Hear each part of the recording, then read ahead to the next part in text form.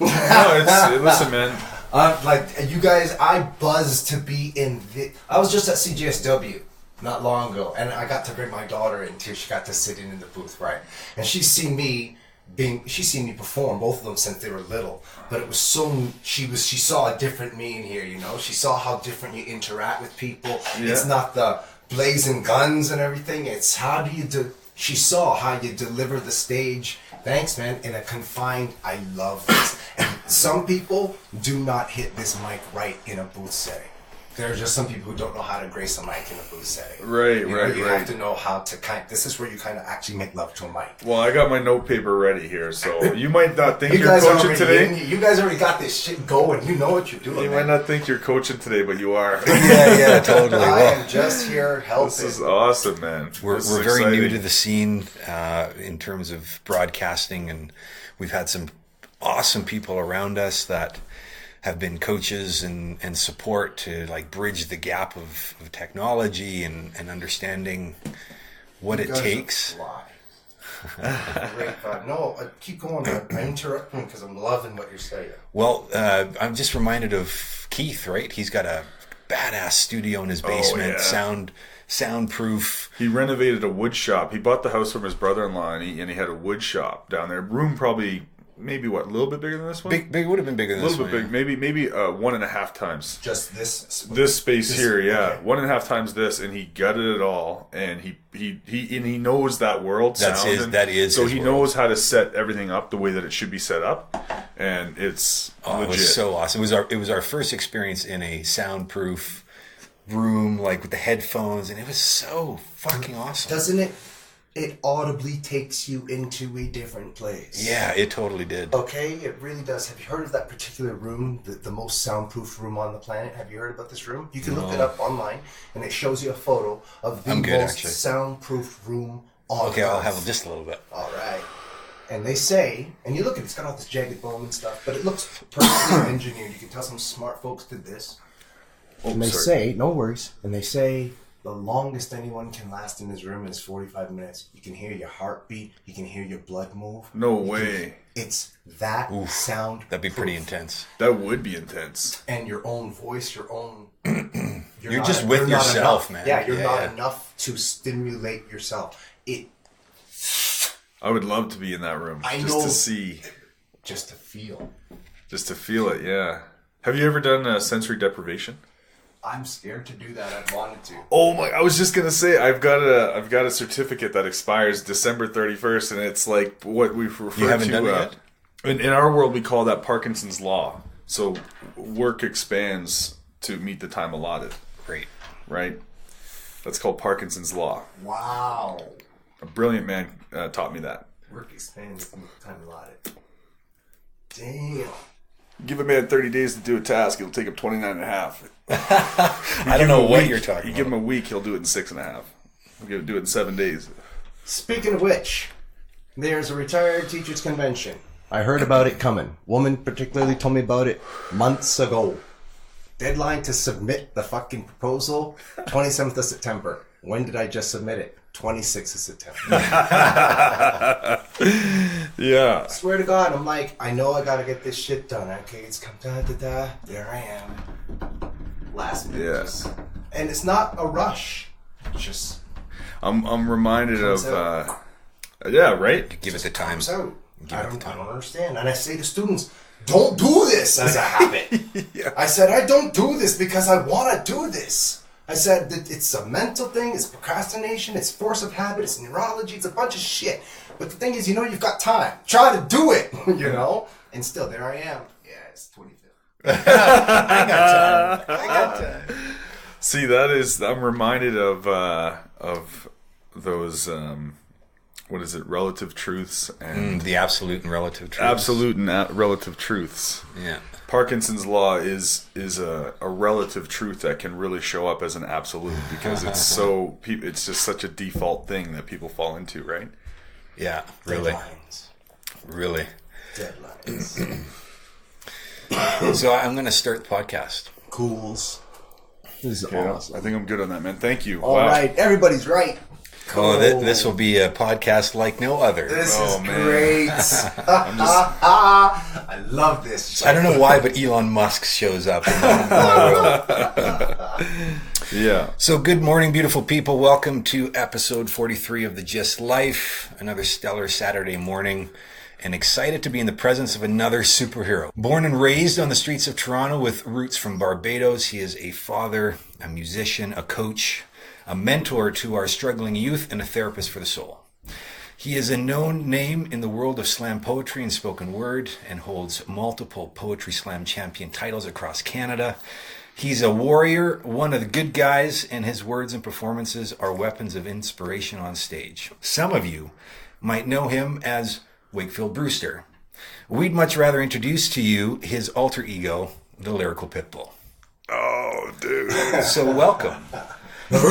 Hello, good morning. Thank you very much, man. It's a pleasure to be here. I was introduced to you by a mutual friend of ours, Michael Dean Dargy. And it's been inside of something that I've been exploring for about a year or so, maybe 20 years. I'm only now really admitting it. And that is exploring poetry and having myself be heard. And so inside of that journey, I reached out. I met Michael through an interesting circumstances of events, and this is just in my wheelhouse. Is how I do things. People just show up when I'm curious and looking for something, and I ended up we hit it off. He was just such a cool guy, and then I started to share some of the stuff that I'm exploring and curious about and don't really know, and the story that I had about not being a good writer, which I'm still working on, of course. We're all working on that story, man. And then he introduced me to a Wakefield Brewster, which I had never heard of. And that doesn't mean anything because it was not necessarily my world, right? And I did some searching, and here's the funny thing. I don't know if you've heard of Buddy Wakefield. Yes, I have. Yeah. Yes, famous Buddy Wakefield. Yeah, so I'm looking up his stuff and going to Michael. I'm like, this guy's pretty cool. He's not who I pictured though. Like, you painted a different picture. He's like, yeah, that's because he's the wrong guy. I'm like, oh, so Wakefield Brewster, and then I came across your work. I'm like, okay, finally, it made sense now. So you've been in this space, in the world of words and magic and connecting those two worlds together for a very long time. Tell us a little bit about that. And if there is something that shows up, you got the mic. All right. First of all, thank you very much for having me here, because as I said at the beginning of this, at the onset, I loved it. You saw my eyes coming down here. Yeah. I saw the setup. Right now I'm in heaven, peeps, so you're going to get the best of me. I'm Wakefield Brewster. I'm a poet. That's how people have known me, met me for the last 18 years. It was January 9th, 2000 was the first day I hit a mic live, and I haven't looked back. Awesome. I started my career in Toronto. Calgary is now home.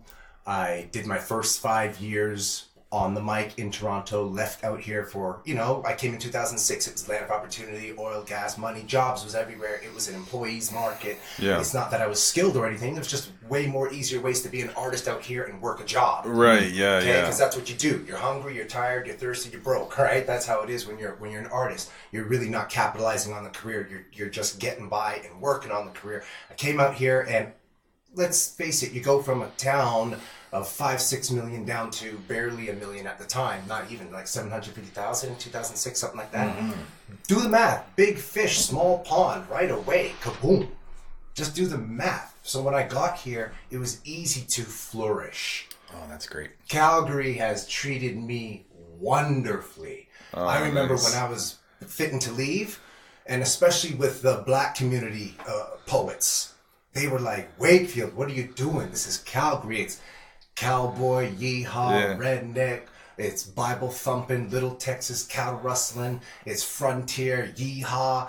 And I looked at them and said, well, I guess they need me. Oh, I love it. I love that, dude. I was like, it's time to go. So I came out here, and that was brilliant. That's it. That's I really have rocked the mic in a significant way out here, in ways I didn't think were possible. So many opportunities have happened in Calgary. This is home. This is where I really became the poet that I am and am still trying to be today because of the move, the shift, the people, the life, the pace, everything. Wow. It's all encompassing, and it's all been part of my poetry. I've grown tremendously out here. I owe so much to Calgary, and I'm staying. This is home now. I'm staying. Wow. You touched on something that I really resonate with because, and I speak to a lot of people who are in the creative community in one way or another, or impact the creative community, and they just feel like there's this vibe here in Calgary that's under the radar. It's not really known, and it makes a difference. As you see goosebumps go up on my arm in front of you, I tell people, when you see goosebumps go up, I mean it and I feel it, and it's true. I've been here 12 years, and still there's this. It's like something's still coming. Yeah, totally. And as long as that Hasn't happened feeling, well, see, there's another one of these ways I think of things. For instance, you will always find me with my earbuds in, and it's not because I'm shutting out the world.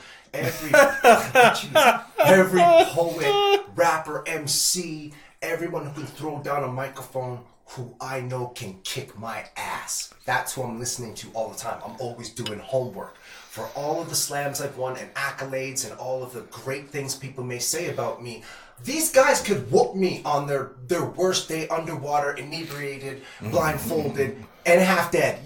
These guys could kill me. So I'm always listening to them. There's always these places I gotta reach, these heights I wanna get to, places to go. That's how I feel about some of the vibes that are in Calgary or out west. I guess I'll say Calgary because that's where I am. I'll keep it local.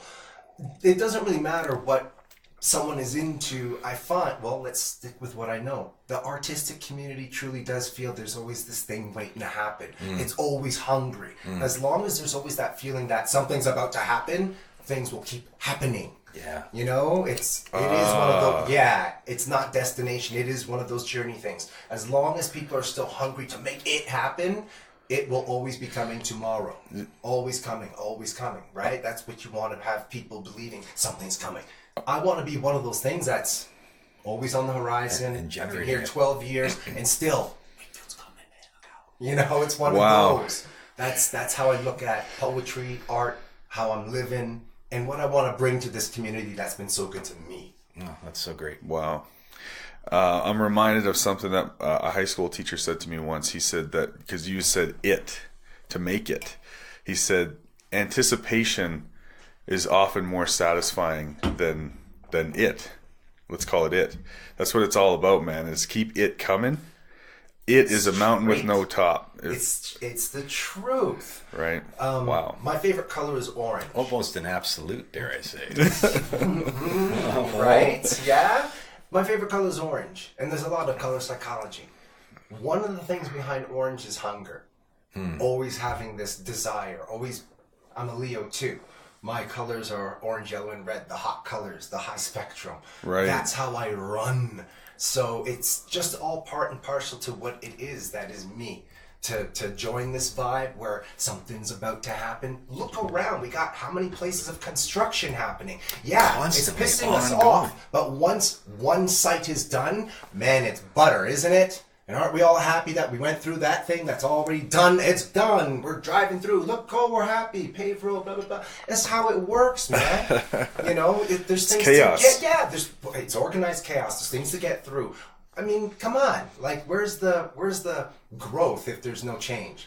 Where's the challenge and there's no struggle? I mean, those things have to exist. The best artists in the world had the most tumultuous personal lives, right? Look at all the 27s that we've lost. Kurt Cobain, Joplin, Hendrix, there's a bunch of them. Their personal lives weren't the greatest. You got people who are awesome painters and cutting their ears off. Right? We've got people who are addicts, alcoholics, and have behaviors that are beyond deplorable. And they're some of the greatest creators ever. They usually are. they're the ones that have actually trailblazed for all of us. I've never heard of some happy ass person walking around, skipping around, and happy as hell, creating stuff, changing the world. Yeah, there is, but you get what I'm saying. Those ones that really made the big difference. Well, the big difference is the ones that I relate to anyway. Those were the ones that had the hard living going on at the same time. That hard living inspired those great works. Yeah. You know what I'm hearing right now, man? This is like profound for me, and it could have something to do with the way we started the podcast, but I'm hearing full self-expression. Yeah, without a doubt. Because what I mean by that is there's occasions that happen, like times that happen for me that I could be I could occur to somebody as a nutcase. They're like, wow, this guy's crazy. Like, you know, but that's behind closed doors. People don't see me get crazy, right? They see what I want to let the world see. Yeah. But these artists, they have like things that happen. It's so next level. Their art is so, or whatever they're creating is so next level. Well, so is everything else. And they're willing to put it out there. Yeah, and they're willing to put it out there. Like, this is just how I roll. This is who I am. I might say some shit that you don't like or don't agree with, but look at all the shit I can do over here. I can't help this. Right? It's cathartic. It's a whole living in catharsis for these great artists. They're exploding all the time. Right. You know? There are a lot of artists who are working to get to that point, that they're trying to have this happen.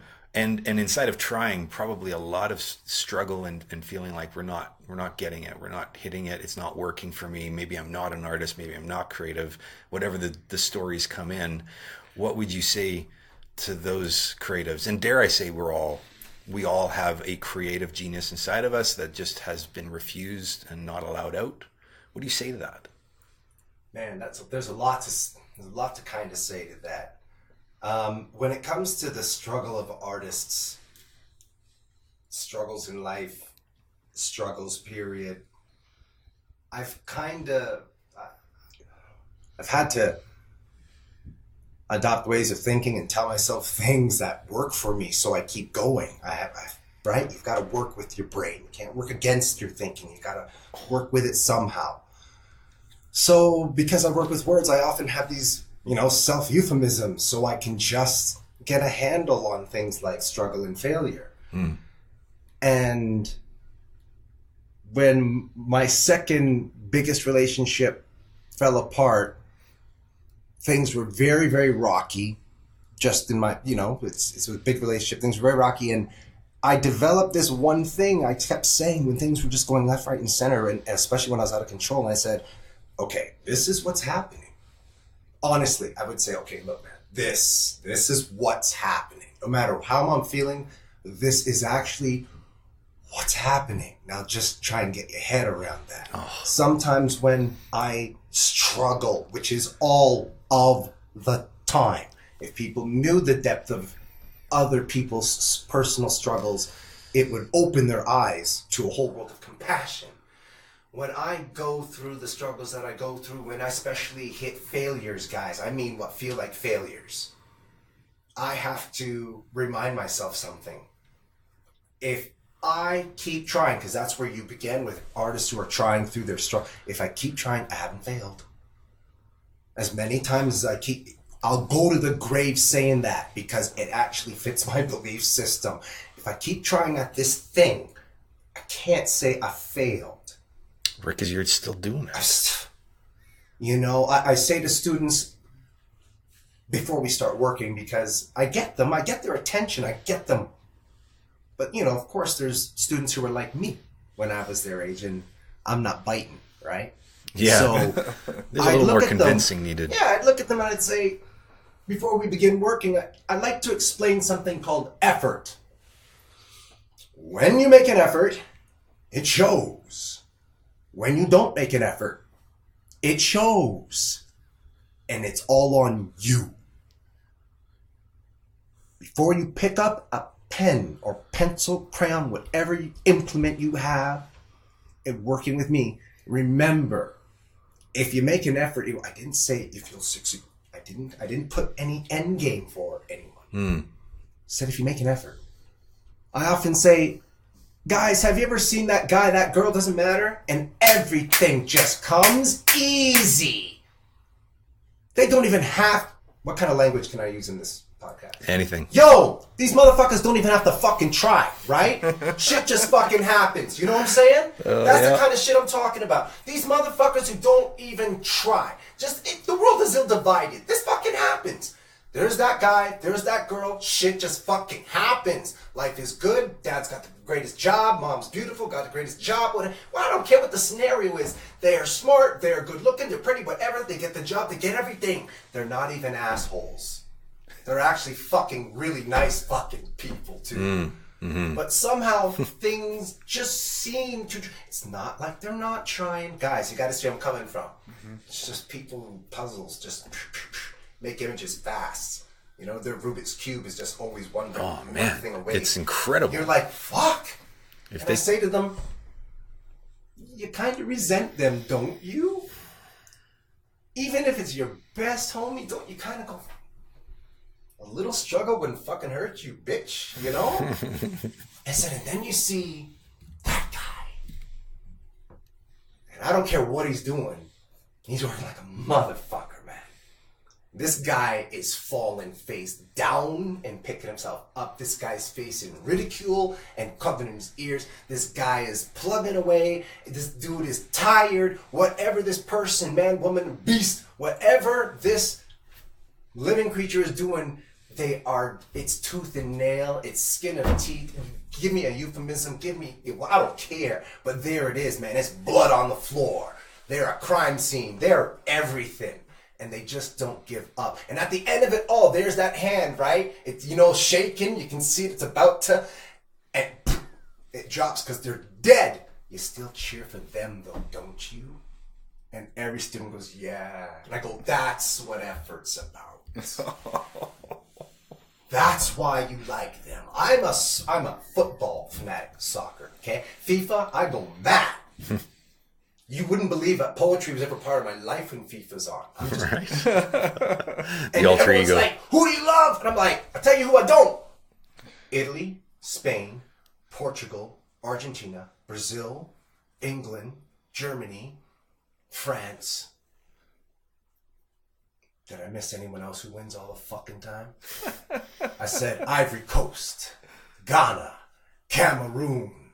Man, who was it that did so? Was it Bosnia that did so well? I forget. It was an underdog team that made it into the semis, and they hadn't gotten in for Croatia. I think it was Croatia. Okay. I'm not sure, but it was an underdog team. Hasn't seen the semis for 25 years. I was Croatian that day. You know what I mean? That's how. And I tell them that's effort. I said, do you know that these guys are going to go back to their country, and it's going to be a national party for years for this. They didn't win, guys. But they won. Got further than they've ever been before in 3 decades. I go, that's effort. That's a win. Wow. Those are wins. People miss their wins every day because they see the one loss that they're fearing they may have. Or the thing they've not hit yet. Yeah. Wow. Yeah, People miss their wins. Holy shit. Man, you are so I don't know what to do with all that. It was amazing. Wow, guy. Listen, I don't get this shit because I think it all up. I've always said, to speak effectively to the world, you must first listen effectively to it. I do my best to listen to people, regardless of how much I interrupt them and speak over them and talk too much and too long and too fast.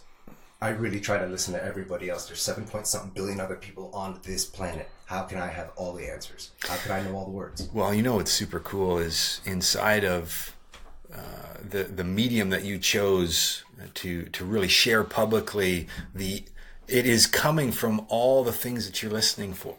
The influences that are coming out from others that you are present to, you then get to give them a voice even if they haven't found their own voice yet. It is a sin and a fucking shame, especially if you have something that is superhuman. You've got a talent, you've got you've got something, a niche, whatever.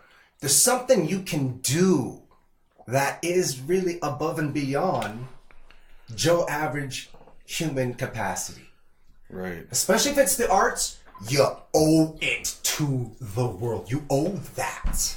You owe that. You can do some really cool fucking shit and you're keeping it to yourself 24/7, 365, 66 on the leap year. Fucking bitch.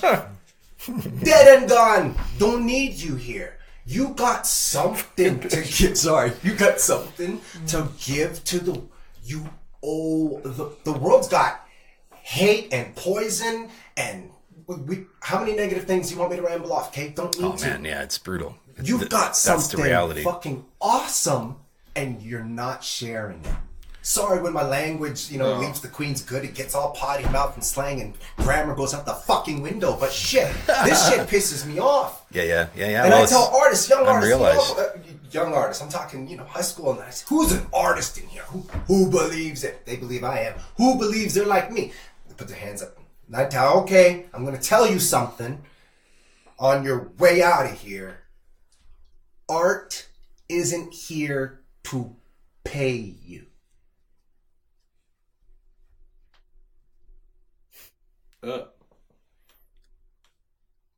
Your artistic ability, your gifts. The unfortunate truth is you weren't blessed with them or developed them or however they got into you. Everyone's got a belief system. I don't care, but you got this. It's not here to just pay you. That isn't it. Now, who's still an artist in the room? I've been tired, broke, thirsty, and hungry a lot. Who's still an artist in the room? Okay. One or two of them do cock their heads because the money game really was there. Mm-hmm. Yeah, sure. Well, that's what's being thrown in our face all the time, right? That's the problem. Mm-hmm. We have turned everything into a business. That's a really, everything has been commoditized. I'm really getting present to that. We're constantly looking to convert it, right? To turn it over, to generate it. It's been ingrained in our psyche now. Yeah. Man, my mind is blown on so many levels right now, just listening to everything that you're saying, because there's so much truth in it, but there's so much depth in it that I've got I can't even speak because it's like I just have so many thoughts going through my head. May I give you some poetry then? I would love to hear some. This poem, I would like to open with Perceptions. Perceptions is I'm from Toronto, and you know what? Before you go, yes. I just want to set this up for everybody listening. So my request is that when you listen to Wakefield, that you close your eyes, and if you're not driving, but set yourself up where you can really be present to and listen to the words that he's saying, because it can sometimes occur like there's a distraction and you're out and you didn't actually get the impact of what's being said. So that's my request as we set this up. And also, I don't know if Wakefield realizes this, but we are gritty, real, and uncensored. That was the promise right from the beginning of the... I would say this is probably one of the first that's definitely owned that, right. Unabashedly. Okay, Samuel L. Jackson of Canadian poetry, right the fuck here. Okay, man. You got the floor. Like, you saw me, I was like, wait, can I really bring me up in this house? All right. Yeah, no, that's so great. That's what we're up to. This is a poem called, I'll try not to take up time introing a poem. You take up whatever you got to do. Often can... Bleh. So, this poem, Perceptions, I am from Toronto, and I ride public transit. My dad worked for the TTC. He became an engineering technologist for them. I am very accustomed to riding public transit everywhere. I ride it proudly, unashamedly. Same here in Calgary. As I got to the studio, that's how I did it. That's right, yeah. Okay? Number 8 North Point. Rules! So, what happens is, I decide to ride. I have ADD, ADHD. Can you tell? Squirrel, squirrel. So, what happens is, I decide I'm going to get a big dose of humanity one day. It's just how I am. And I got on the transit. And in Toronto, because there's so many people, some of the transit lines run 24 hours a day. Wow. So, guys, I went on the streetcars, the buses, the eco buses, the subways, the truck. I went on all different kinds of transit for 19 straight hours. And all I did was write down, like the squirrels were everywhere. And I just kind of let them just get in my field of vision, not look for anything, just see them as it happens, as it comes to you.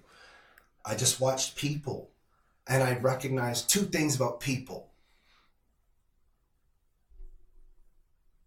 When it comes to human behavior, a human will be, when a human is absolutely alone, isolated, this human knows that there is no one in the room, there's no cameras, there's no AV, nothing. They know they are isolated. You can guarantee that human will behave naturally. If a human knows they are being watched in any fashion or form, in the room, audio, visual, a human will attempt to act naturally. When alone, a human will behave naturally. In any kind of presence of another, a human attempts to act naturally. What a distinction. So we're all on stage, even when we don't want to be. We are forced to be. And inside of that, there are two types of people. Those who you notice them, and they're conscious of it. Like they're about to litter. They're walking by you, they just crumpled up something, they are about to drop it, they see you, and they do that. They walk with it. Then there's the others who are walking, crinkled up, look right at you, and throw it right the fuck down in front of you and keep going. There's those who give a shit whether they're being observed or not, and there's those who don't. Those are two different humans out there, man. So once I was able to see those 4 different elements on human behavior perceived by me, that's me dumbing it down to me, work with my brain, I said, okay, now I'm prepared to actually look at people for a good long time, and this is what happened. Perceptions.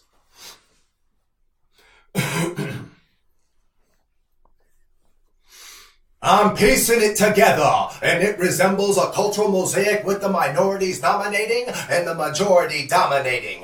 Clickety-clack go the tracks, cutting on black backs for not serving enough flapjacks. Verbal flax will only cause lax. Funds get shunned in stacks. Then they up and raise the tax. Now you can't buy no wax, you gon' have to sell your sacks. Teardrops drop in dollars and cents. We be sitting in the middle of the motherfucking fence, with pockets only full of pence. Hence, we must make a reconnaissance with our common sense and get all pence. If, like, I can see the bigger picture. Here comes the scripture of the lyrical lipster. Slipped ya, chipped ya, then I jujitsu flipped ya. Technology blipped ya, society clipped ya. Like life was tried, tested, and tenuously true. Switching. The mama's in the kitchen like my brother said she'd be pitching that condition by the situation that needed stitching. But however, she never did lift the lever on the encryption. So eclectic and enigmatic, though the bowl of her soul was naturally emphatic. She went purely automatic, and all we got from mama was static. Lopping off limbs to secure bladed winds. I hear the false and the falsities of a humdrum. I once did stun, and then I stunk. The sweater of my creativity shrunk. I am not who's quick, but dead like a cup of liquid lead. Go Mercury! A strong goblet of silver in my throat made a sliver. So bring me to the giver, and I'll teach him how to share. I'll rip out all his hair and let it float to the earth like celestial webs. So now the tide ebbs, and somewhere in the middle, I think I'm swollen. I don't feel whole, but I think I have a hole in my third inner eye. Now that the body is incomplete, a spiritual cyclops. May a blinded soul run rampant through your rivers of repose and your pastures of peace. Goliath will play pillars like Samson smashing. Moses and God went tablet rehashing. 2 fucking sins and Joshua reaps the winds. So I'm with Joshi. He gonna crumble the walls of Jericho. Coming through with ill horn, cornucopia of ill flow. Melodies still blow. Felonies, bad stonemasons, poor architects. Only you will be disappointed at the edifice erected, at the wit poor workmanship that couldn't be detected. I can feel the changes coming on. Not like menopause, but men must Pause and consider applying some feminine laws as society falls and claws out its throat. Emergency tracheostomy for the masses. And still we find ways to smoke ourselves to death. Choke ourselves of breath till there's almost nothing left. Just like grains of crystal meth. Fragile and fragmented. Agile and demented. Pseudo-stratified, separated and cemented. Like plasma and hemoglobin. A dim white light that can still put a strobe in. Anarchistic fashion. Anachronistic passion. I am a thief and a liar.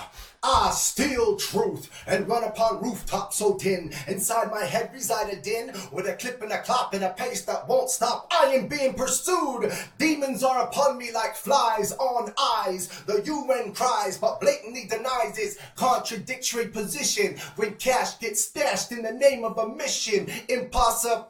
That every human belly on the swelly be full, cause cats, they be starving like Marvin. They're dying in the heat of a city summer swelter. They're sticking to the floors of a frozen bus shelter. Live people by day, but by night, who knows? The homeless death toll, it lives and breathes and grows in the body like cancer, in the mind like neuromancer, pummeling psyches, pounding cerebellums, looking for the button to initiate restart, pulling personified pixels apart. My goddamn heart. I am frozen, stuck in the winter net. I have been molested by the mechanical hands of a robotic Jack Frost. I didn't have no backup, so my files got lost. Shuffled through random access, this defragmenter. File, edit, view, insert, format, tools, table, window, help!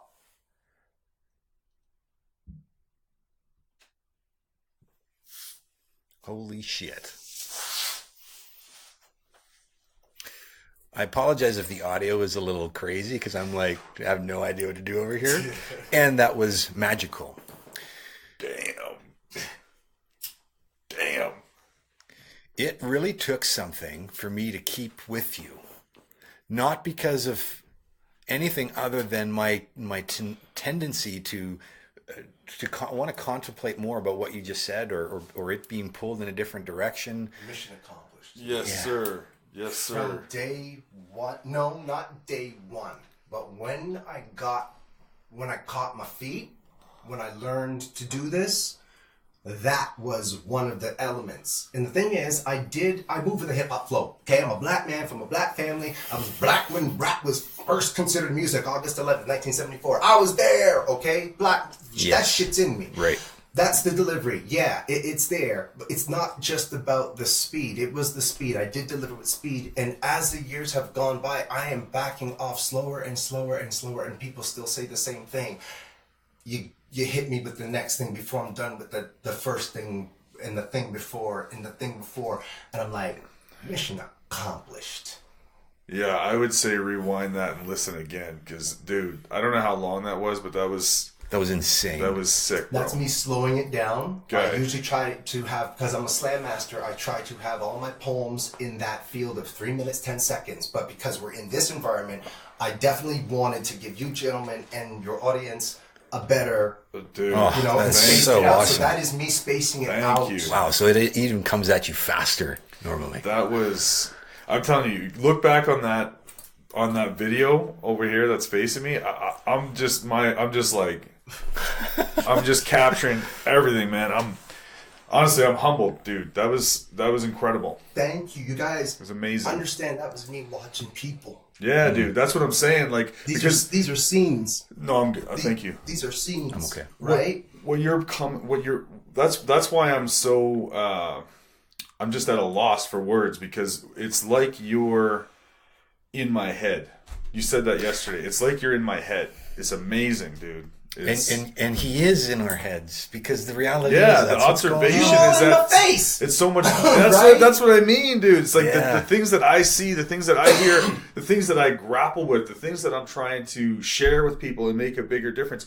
All of that was inside of what you said, and the mindlessness that occurs in the world, and it saddens me that people don't realize that they're in their own like psychological prison.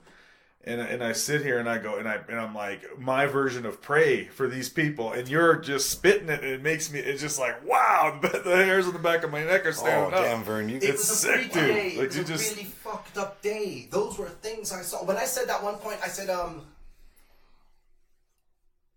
Lopping off limbs, disecure, bleeding Wednesday, the festival. No. It was the part about... Switching. The mama's in the kitchen like my brother said she'd be pitching a connection by the situation that needed stitching. But however, forever, she never did lift the lever on the encryption. So eclectic and enigmatic, though the bowl of her soul was naturally emphatic, she went purely automatic, and all we got from mama was static. What I saw was, here's the scene. I'm on the subway, a white lady comes in, she's got 2 toddlers, and she's got a baby in a stroller. And it's kind of one of those, she's disheveled. Okay, you can just see she's disheveled. She's living hard. Yeah. Okay, you can see it. You can put any scenario you want. You're probably going to be right. Okay, I'm not judging. I'm giving you the vision. Got it. So I see her come in, and I'm like, boom. She's right in my field of vision. There's kids. I'm like, boom. It hits me hard. So I'm looking and understand. I'm not trying to interpret. Okay, guys. I'm trying to be really blank. I'm trying to be water. Whatever. Woo-wah. Be water. Okay. I am trying to just be. Yeah. Okay, during this whole day, I'm just trying to let people. I'm purposefully letting my vibe down. I'm trying to sniff yours. That's what I was doing. So when she came in, I was like, boom. I was like, and the phone. She gets on the phone, and the kids are dirty. Dirty faces and everything. Hair is oily looking. The clothes are looking like they haven't been washed. It's a scene. She gets on the phone, but it's loud. It's the subway. There's herky jerky. So I don't see much. I just kind of see a few words, and then she did this. Big eyes. And then the train stopped. She put her hands on. Shit. She went out the door open. She didn't look for the other 2 kids. You get what I'm saying? Whatever happened on the phone was the shit. Yeah. And she blacked out. She went God. autopilot. And the kids felt it. If for anyone who doesn't believe you can feel each other, the word vibe is there for a fucking reason. She didn't say a word. She went like this, and the kids went like it was weird. They went, and she didn't look for them. She did one of these guys and headed out the door. And the kids, the bigger kid grabs the little one. Yeah. Wow. Already he's in that role. Yeah, right. And there he is reaching for Gyst, and there it came out. Wow. Switching. The mama's in the kitchen like my brother said she'd be pitching a connection about a situation that needed stitching. But however, she never did lift the lever on the encryption. So eclectic, enigmatic, though the bowl of her soul was naturally emphatic, she went purely automatic, and all we got from mama was static. That was one of the scenes right there. Dude, the fact that you can pull that stuff out and tell a story with it. Oh, that's the magic. Fucking sick, man. You know what? And this is just where my brain goes. I'm like, dude, people need to know this. Do you know what I'm saying? Because if you deliver that to somebody, they're like, oh, wow, that was really good. And then they walk away and be like, that was awesome, man. Wow. They don't realize like what it actually took for you to create that. And it's not just you writing words on a paper. There's like deep intrinsic thought about a picture that you saw. I wrestle with the words, man. Yeah, that's the way I say just it. I pull that. Wrestle. I can relate to that. How long was that whole thing you saw? That was all of what, like 30 seconds? From one subway stop to the next. So let's say a 3 minute. Yeah. 2 minute. Okay. Sure. She got on, and I saw them. The thing is, it's an outdoor stop. There's only 2 outdoor stops on the subway. That's how I remember. It was probably Davisville. Probably stop. Because it's an outdoor one. There's one in the mid downtown, and there's one in the east. Mm-hmm. So now I'm going all the way. Guys, man, holy! We're giving you a bit of throwback. There go the hairs. There they are. So it's one stop. Guys, think of one stop on the train here. That's it. It just passes by. Listen, man, I gotta try and if you can't feel it, check your pulse, because. I got to draw this up for people. Wakefield, you are one of the deepest, most passionate, inspiring individuals I've ever been around. I can go on record and say that. I'm just touched, man, like deeply by your presence, dude. It's unbelievable. I don't know what to say to that. Your depth is that's what I'm saying. Like, I think that a lot of people, they discount things before they even give themselves an opportunity to get what was just welcome thrown. to poetry's life. If Right? poetry was Like- a walking human, he would say, or just- she, welcome to my life. People don't get me. It's like Don't it's get like, me. You know what you did? You come in here and you put these dirty rocks, these stones on the table, and we're like, what the fuck is this? But we don't take the time to polish the stone and see what might be there and realize there's gold underneath. That's what you're up to. Absolutely. It's What a way to unbelievable. describe I it. find there's gold in every body. Yeah. That sounds all new age and woo-woo. Not quite. I really man, do you- believe there's a wealth in Let that people. fly. There is. For everyone who is capable enough to communicate with each other, I believe there is this capacity of great humanity. I believe that I live in the humanities. I am an advocate for literacy, and my vehicle is poetry. That's what I do as a poet. I am a performance poet, a slam poet, but I'm an educator. I'm not a teacher by education. I don't have the education in papers. I don't have the letters, but I have the capacity, and teachers ask me to come to their schools and say, well, everyone can tell the same things you tell, and the same things you're going to teach them are the same things our school and our teachers in LA can teach them, but not like you. And they say there's something about how you do this, bringing people. I bring people into the world of words. Poetry has so many misconceptions and all of these weird silos. I try to tear down the silos and show people, if you want to experience something new, let's just begin with that. Do you have the open mind? I'm going to give you, here you go. This is this thing called poetry. You're in class. You're going to have to deal with this anyway. I kind of break it to them like that, softly, hardly, like that. You're going to have to deal with this anyway. Why don't you just try to deal with being open-minded for a minute?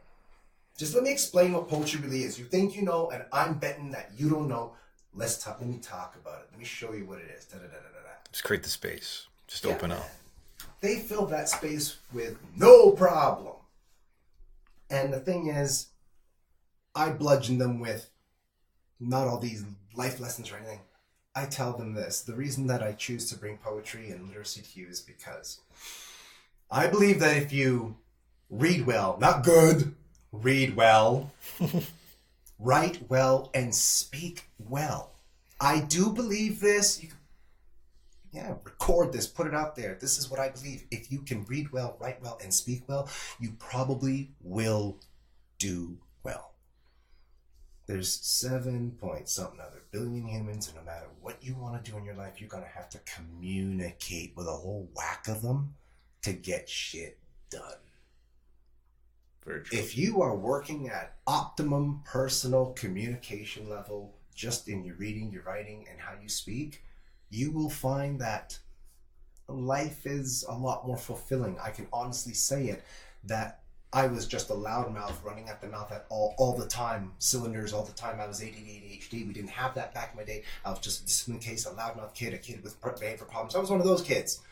But when I look back in my life, every good thing and bad that I got in or out of had to do with talking. Mm-hmm.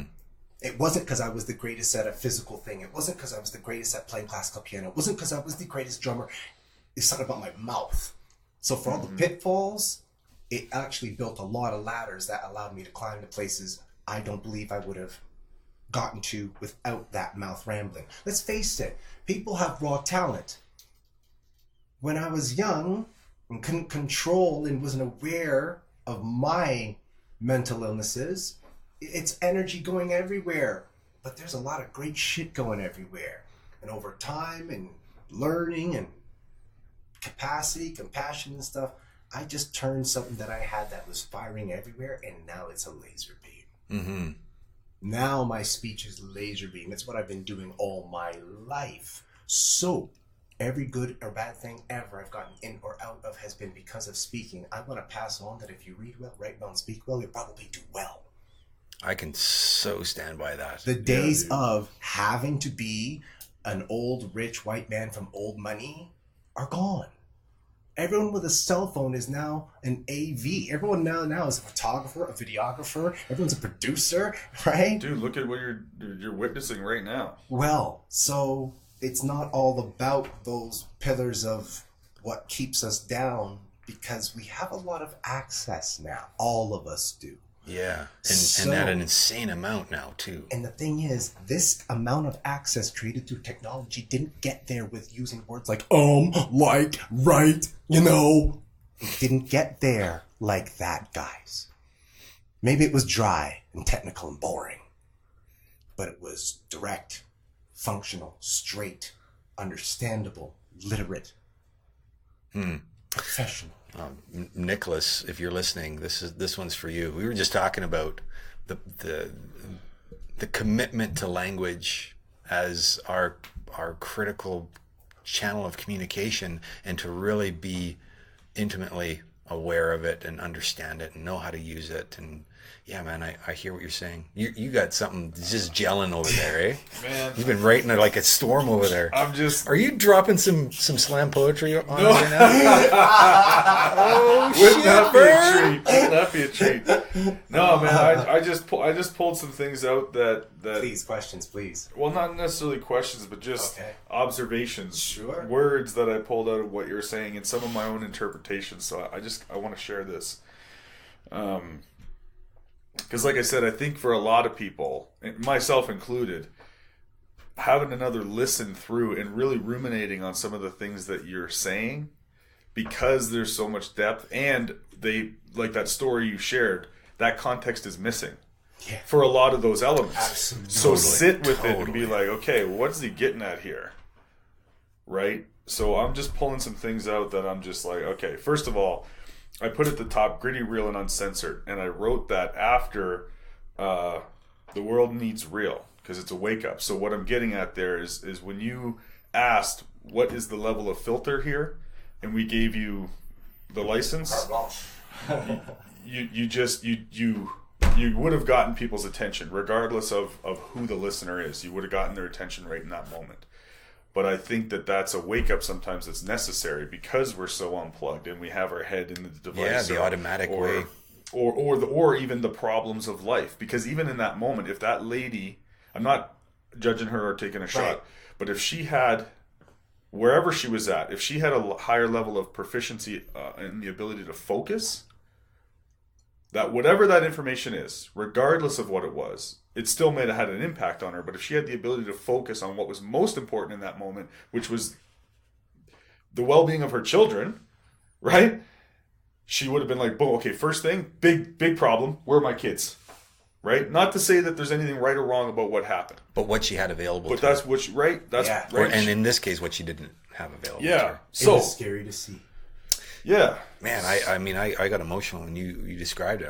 I get it. Yeah. I have kids, right? Like, and I know you got kids. We got kids, so we get that. Yeah, sure. You can picture that, right? Yeah. And I got emotional during your whole piece. Oh, it was a roller coaster ride. Another thing that I pulled out just from the conversation, I can't remember where this came, was all average. Okay, so let's say for a second, everyone in this room, and Joe Rogan and Elon Musk included, let's say that we're all average people, but we all have something in us that's great. You know what I'm saying? We all have a gift, but most of us suppress the gift. Yep. Right? We're all above average at something, but we're all average. I have to remember you said that and go back to that. It's just like, this is something I pulled out from you, dude, so you got to give yourself the credit. It's unbelievable. When you have the listening of people, this is the impact that it makes. Yeah, man. You really got my attention today, and I'm just floored. So I just want to share this so that that our listeners really get, because we're with you.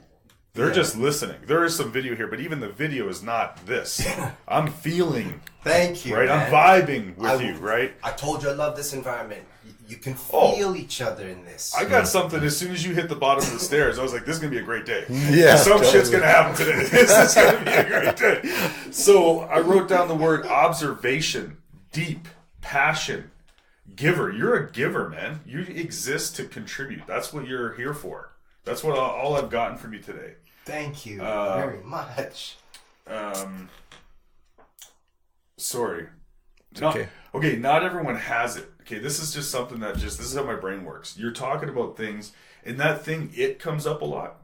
But it is really there inside of music, inside of sports, inside of acting, inside of art, or any kind of creation. People say, sorry, kid, you just don't have it. Or that kid, man, he's got it. Doesn't matter if he can run a 40 and 4.3 or if he can spit lyrics like you're doing, right? It's like, oh, man, that guy's got it. So you just got to find your zone where you have it. Yeah. Because everybody has something that's it. Can I just interrupt that with something? Yeah, absolutely. But I want you to continue. But it's so on this. I tell students this. You're not going to be me. I'm not trying to make you be me. I have to bring literacy to you, and it's your poetry unit. I'm going to teach you how to be the best you at this that you can be. I said, but listen, let's talk about, they say, I don't know what to write about. And I say, okay, guys, listen. If there was 3 things about me, poetry, taekwondo, and music. Those are 3 things that are just part of me. Everyone knows those things are Wake. Loves taekwondo, loves his music, whether I'm playing it or love it, listening to it. And, of course, poetry. I said, there was this commercial when I was a kid in Toronto. And I said, and it was shot around Toronto, and it was different clips, about 3 seconds, 4 seconds each. I said, I can't do the math. Memory's funny, but it was enough for you to see. And every clip was a different kid. White kid, black kid, girl, boy, Asian, didn't matter. It was just different kids. And every kid was doing something different. Kid had a bow staff, martial arts. Next kid playing a tuba on the bus. Next kid says, my thing is sound effects. Starts doing dinosaurs. Another kid is tap dancing. Another kid's doing ballet. Another kid's doing some scientist shit. It's just boom, boom, boom, boom. That's the official term. And then you hear this voice go, nobody does that. It's a kid. He goes, nobody does everything, but everybody does something. Oh, yeah. What's your thing? Yeah, nice. That's what I tell them to write about. I said, you don't just wake up and come to school and go home and wait for the next day, wash, rinse, repeat. I said, no, you don't. I said, there's a whole bunch of time you're not here. That's where you're you.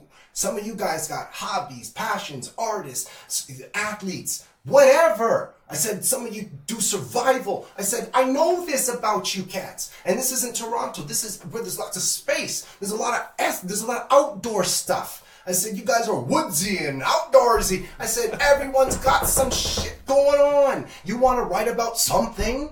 What's your thing? What do you do? And some of them give it a real shot and go, I do this. Okay. Now this thing you do is not new. There's 1 billion people that have done it before you and 1 billion people are going to do it after you. And that's the low numbers, the low end of numbers.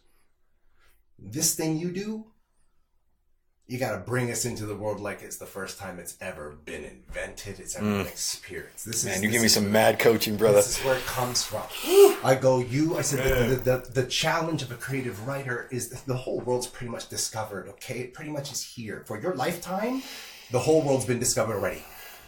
You need to show the world, you need to bring something that is very common. You need to show the world something very common in the most uncommon way. That is the challenge of creative writing. So when you're looking at what to write about, you got to find your thing. And nobody does everything, but everybody does something. Wow. What's your thing? I fucking love this podcast, dude. Oh my God, man. I love the fact that we can do this. You know what I mean? Like, dude, there's so much. You are. It's like so timely, right?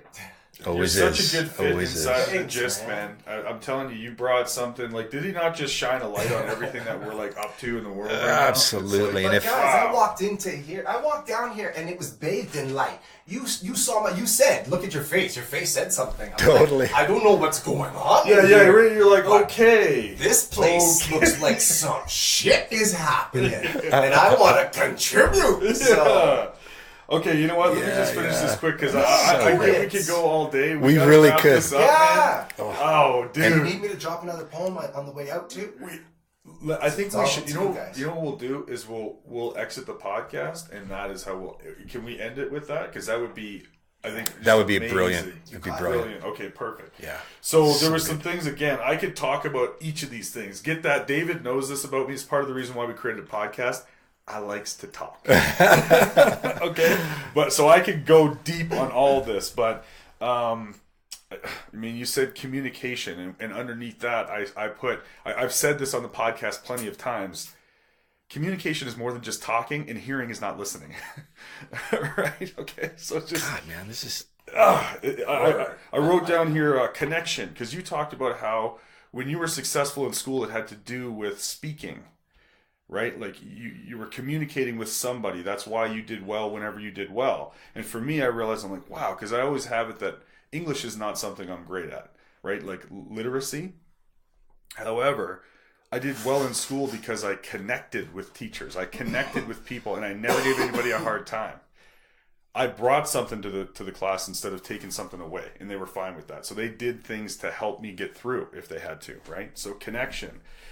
I wrote down talent. I wrote down energy, compassion. And I wrote this down because this is how I interpreted it. You talked about, I think it was somewhere in the vein of like trying different things and creating and practicing, and eventually that you mentioned laser. That's where it was. Yeah. You said laser. And I just wrote down try with an arrow to focus. It's sort of like, I don't know how to focus. What should I be focusing on? Well, maybe I should try some shit. Oh, okay, let me try this. Which one should I focus on? For a while. All right, well, that doesn't, I really like that. That's not interesting to me anymore. Well, let me try to focus on it, right? So, yeah, dude. Anyway, I'm floored, man. Thank you for being here. Thank you, guys. It was a magical experience, and in typical fashion, man, the question just came out. What is your something? And if you haven't discovered your something, yeah, man, your thing, you're missing out on you, on nothing but you. Yeah, absolutely. What are your kids' some things? Are you really empowering that? That's the question to ask for yourself. Okay, so that was episode 43. 43. We're gonna have Wakefield Exodus, but do not forget to write in. I don't even know what to say right now. Please write in. We want to hear from you. Say hi at thegyst.life. You got it. Oh! We changed the email, and Vern's is grappling with it just a little bit. like, man, I'm letting it sink in. Okay, man. It's yours. Okay, so I'm not going to correct you. I'm just going to alter that story. I was terrible at school. I was a D student. I was a problem. I didn't excel at all. I had a personality that many teachers weren't that fond of. I was a bit of a discipline case. My report cards were Wakefield is disruptive. Wakefield's bothering our students. Wakefield has to sit in the hall. Wakefield went to the principal's office. Wakefield drank my coffee. Wakefield ate my chalk. Wakefield set his hair on fire. Wakefield setting my hair on fire. It was like that kind of shit. I was ADD, ADHD, and there wasn't such a thing back then, so I was imploding at all times. If you make me be still, I'll fuck shit up. Mm-hmm. So my academic career was terrible. And I actually had one teacher who didn't think I heard her say to another teacher in the hall, that Wakefield Brewster is so stupid. Yeah, man. Sorry, I don't mean to laugh at you. It's all good. And that was in my grade 13 year, final year of high school, 18. I'm going what a way to set it up. With all sorts of C's and D's already behind me. A brother who is 4 inches taller and an A student and 5 years older who's already blazed a great reputation ahead of me. I'm looking like nothing but another fucking failure, and that's what I fucking hear. I go into university on the merit of my playing piano, switch to double major with percussion, find there's nowhere to create, go into English, take poetry, start poetry. After my first assignments, they said, this is not poetry. This is nonsense. She said, this is gobbledygook. Oh dear. She didn't even have the words to insult me like an adult. Like someone who's actually mastered the language that she claims she has. And this is York University in Toronto, and they put me on academic probation, and I failed out. Wow. 2 years later, they published my first book of poetry for required reading for humanities. Oh. So how's that for sticking? This poem is called I Can, and it's become quite a flagship poem for me. Ugh. It is about my tragedies and my triumphs in school, but that's not what I want you to focus on per se. The biggest message I've got in this poem is this. When you find your thing, maybe you shouldn't fucking tell a motherfucker sometimes, because all of a sudden people who don't know you come out the woodwork telling you what the fuck you can't do. It's unbelievable. People you love suddenly I'm telling you what you can't fucking do. This is the message. When you find your thing and you want to do it, when people tell you you can't, remember these two things. You probably can, and you probably should.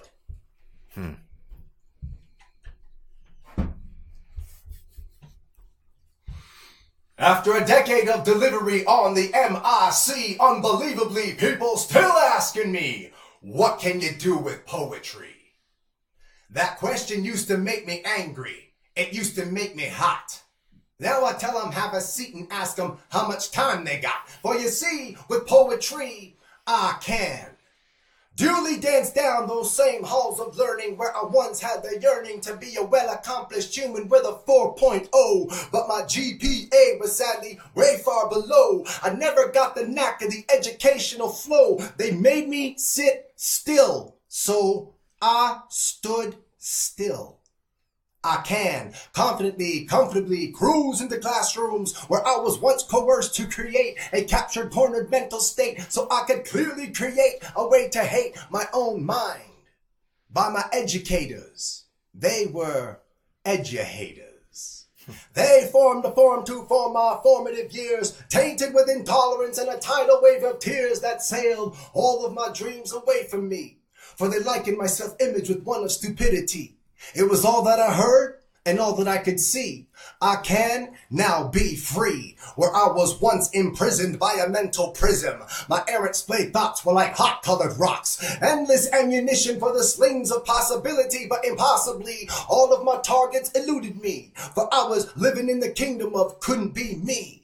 I couldn't see the lock, so I didn't need the key. And when they finally let me go, they said, "You don't know poetry." I can versify being victimized into a valiant victory. Verify that when you vilify, you eventually gotta deal with me. The transformation was tremendous. I took the word stupid and I made it stupendous. I began to manhandle the land of language, that languished in apathetic and anonymous anguish. I did decide to dissect and divide indefinitely, indubitably, what diction was doing to me. Stab a psyche with a simile, sometimes slip left of center C, so as to step off into a soliloquy. Ail the English alphabet with an oral atrocity. I can wear the face of mental agility, dispel the myth of dental fragility, and proudly embrace my so-called disability. ADD, ADHD, OCD, PTSD. Now I've made an acronymphomaniac out of me, and never once before have I so ever loved ME. I can turn my inventive imagination into a physical infatuation. Not like sugar, not the hard refined, not like sweetener, not the artificial kind. I don't need heroin, cause I'm a hero in my own mind. Spent some time with my mentality, and what I did find is I can learn.